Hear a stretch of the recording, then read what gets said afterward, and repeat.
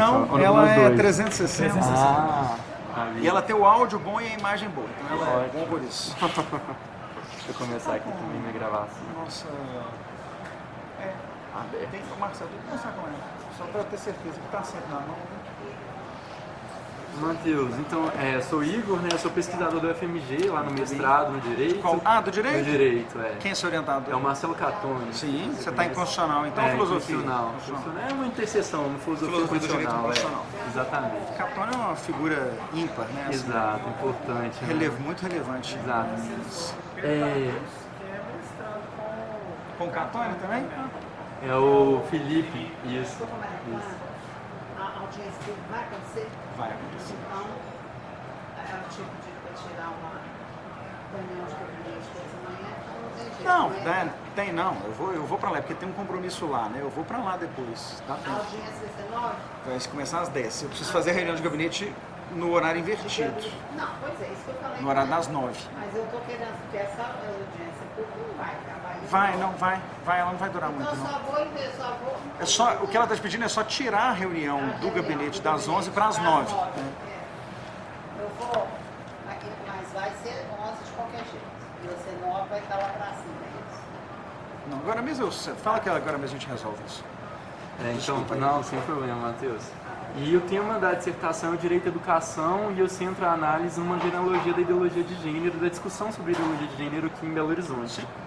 Aí, um dos requisitos para realizar essas pesquisas de campo é ter um termo de consentimento, sabe? E aí, enfim, já passa o termo de uma vez, essa minha cadeira desceu.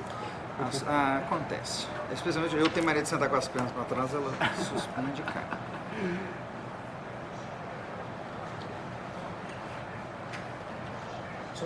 Igor com I. Igor Campos Igor. Se você quiser já ficando com esse aqui, tem os dados também.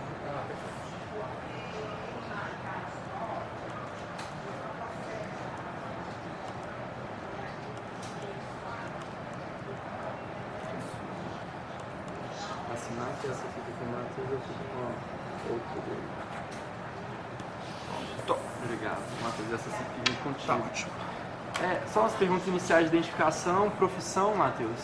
Eu sou advogado, professor de Direito Civil, procurador da Assembleia concursado e professor da Faculdade Milton Campos, já falei, né? Então é isso. E vereador atualmente em exercício. Né? Idade? 36. 16. Tem alguma religião, Matheus? Não, assim, eu tenho formação cristã, né? Mas eu sempre estudei em colégios católicos, então eu sou um curioso religioso, mas não sou um praticante religioso. Né? Filiação partidária? Sou filiado ao Novo. Certo. E aí, começando um pouco, então, essa nossa conversa, Matheus, eu começo perguntando o que você entende por direito à educação. Qual que é a abrangência desse direito na sua visão? Qual que é a função do direito à educação? Acho que a gente pode, quando a gente fala em direito à educação, a gente pode partir de duas premissas. Se a gente partir de duas posições. Se a gente partir da posição do indivíduo, nós estamos falando do direito individual subjetivo de acesso às estruturas educacionais, às estruturas de formação. E na lógica constitucional, eu entendo particularmente que a gente está falando de um acesso irrestrito desde a educação infantil até a educação superior.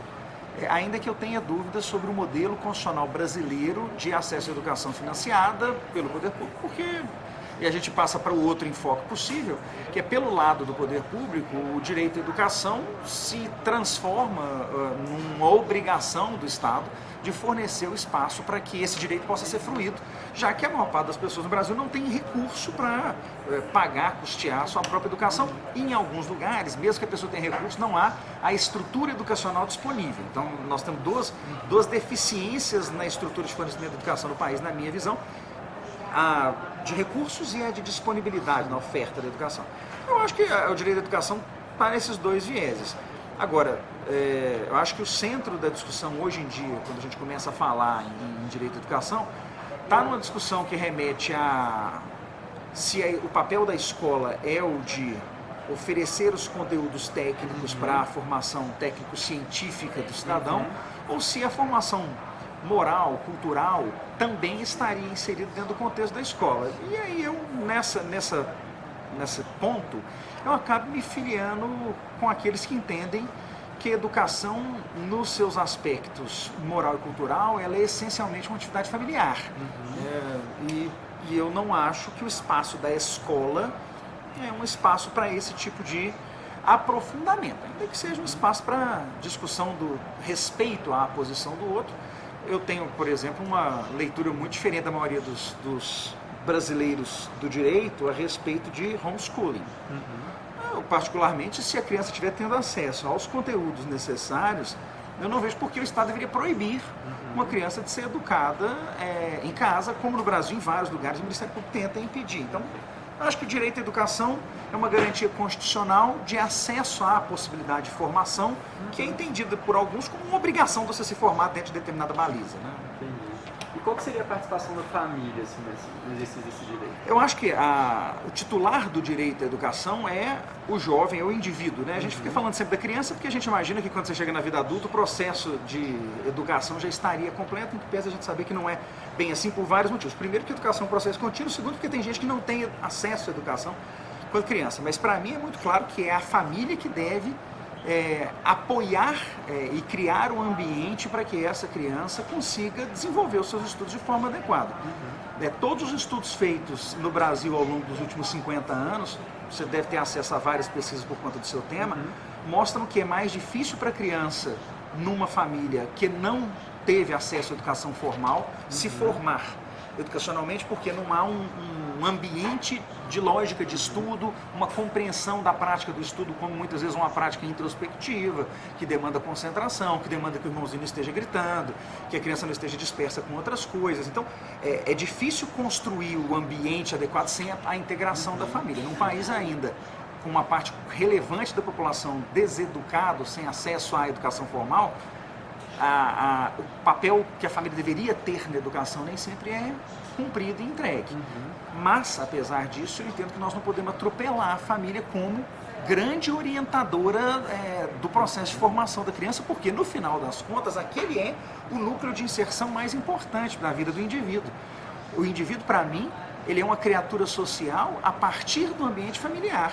E não a família é um detalhe dentro da estrutura social que existe fora dela. E agora, quando acontece um conflito, porque muitas vezes é isso que acontece, né? A escola é um espaço em que se encontra várias crianças, jovens, enfim, sujeitos oriundos de famílias distintas, de compreensões de mundo distintas.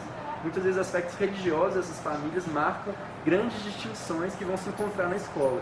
Como pensar o que fazer quando esse conflito acontece dentro da escola? Eu gosto muito do fato de que o Brasil conseguiu chegar a um Plano Nacional de Educação com diretrizes básicas, porque isso nos tira do risco de discutir o que deveria ser ministrado para as crianças em cada escola, e a gente passa a ter uma discussão geral do que são os grandes pilares de sustentação da educação. E para mim, o importante é que a escola cumpra aqueles requisitos que foram discutidos e consensados com a sociedade no momento em que a gente tem as diretrizes básicas da educação.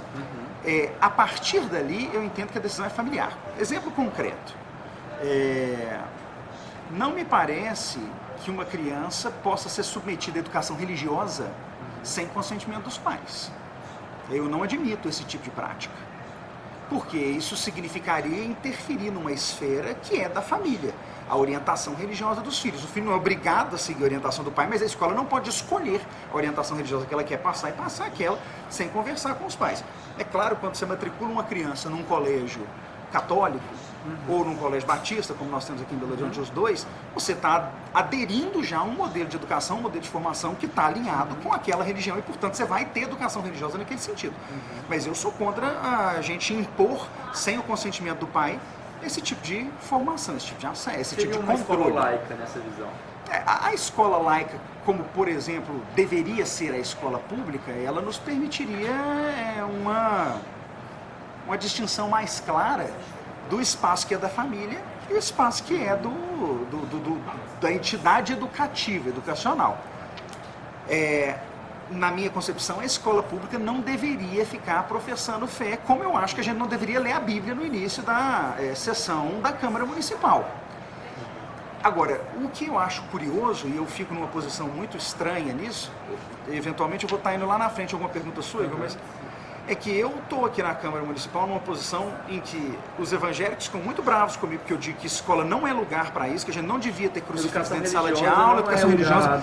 Escola não é lugar de educação religiosa, mas eu também acho que escola não é lugar de ideologização político-partidária. Então, nem pensando em educação religiosa de forma plural, por exemplo. se ela for pensada numa forma de visão histórica, sim, mas aí ela já está contemplada nos conteúdos de história. A história das religiões, ela é uma parte importante da nossa história nacional. Tanto no que diz respeito às religiões de matriz africana, na formação cultural do povo negro do Brasil, como no que diz respeito à religião católica e a influência que ela teve na formação brasileira e, de alguma forma, os efeitos da reforma aqui.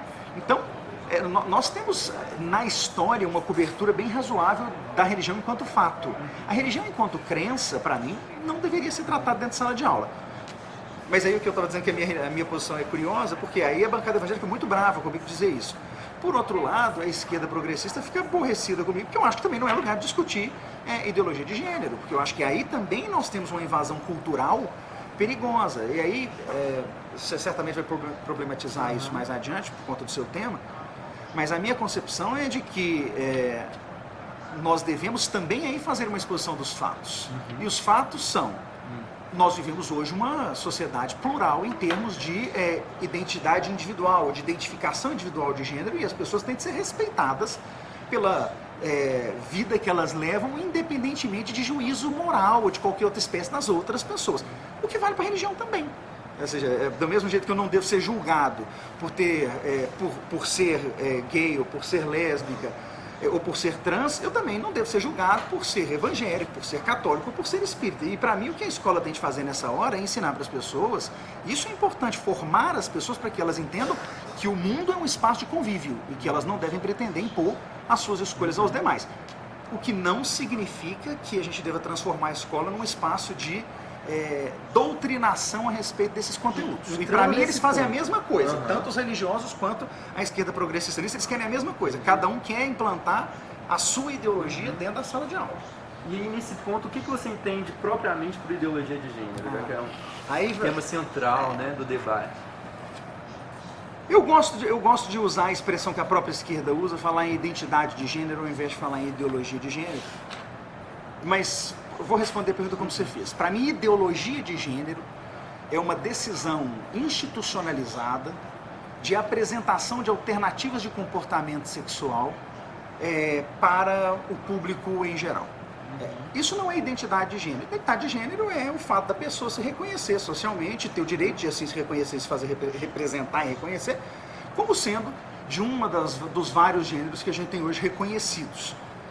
O problema é que tem uma linha muito tênue e perigosa entre o que é respeitar e reconhecer a identidade de gênero de cada pessoa e o que é promover a apresentação dessas identidades de gêneros como se elas fossem um grande cardápio de alternativas. E apesar de eu saber que a maior parte dos educadores não tem em mente essa ideia do cardápio de alternativas, infelizmente a forma como o assunto é colocado hoje faz com que isso seja a pauta central. E é muito estranho, porque eu tenho textos publicados, talvez há mais de 4, 5 anos, dizendo a mesma coisa a respeito de doutrinação ideológico-partidária em escola. Eu dizendo, escola não é lugar para professor explorar a sua própria concepção de realidade política em detrimento da capacidade do aluno de compreender outra realidade como sendo a própria. Porque, na verdade, quando o professor começa a apresentar a posição dele, ele é autoridade dentro de sala de aula. A criança não tem ainda desenvolvido uma capacidade de reflexão e de crítica daquele conteúdo, e o que ela acaba recebendo é uma certa moldura, ela vai sendo moldada a critério do professor, o que para mim é um equívoco. Eu sempre falei isso sobre economia, sempre falei isso sobre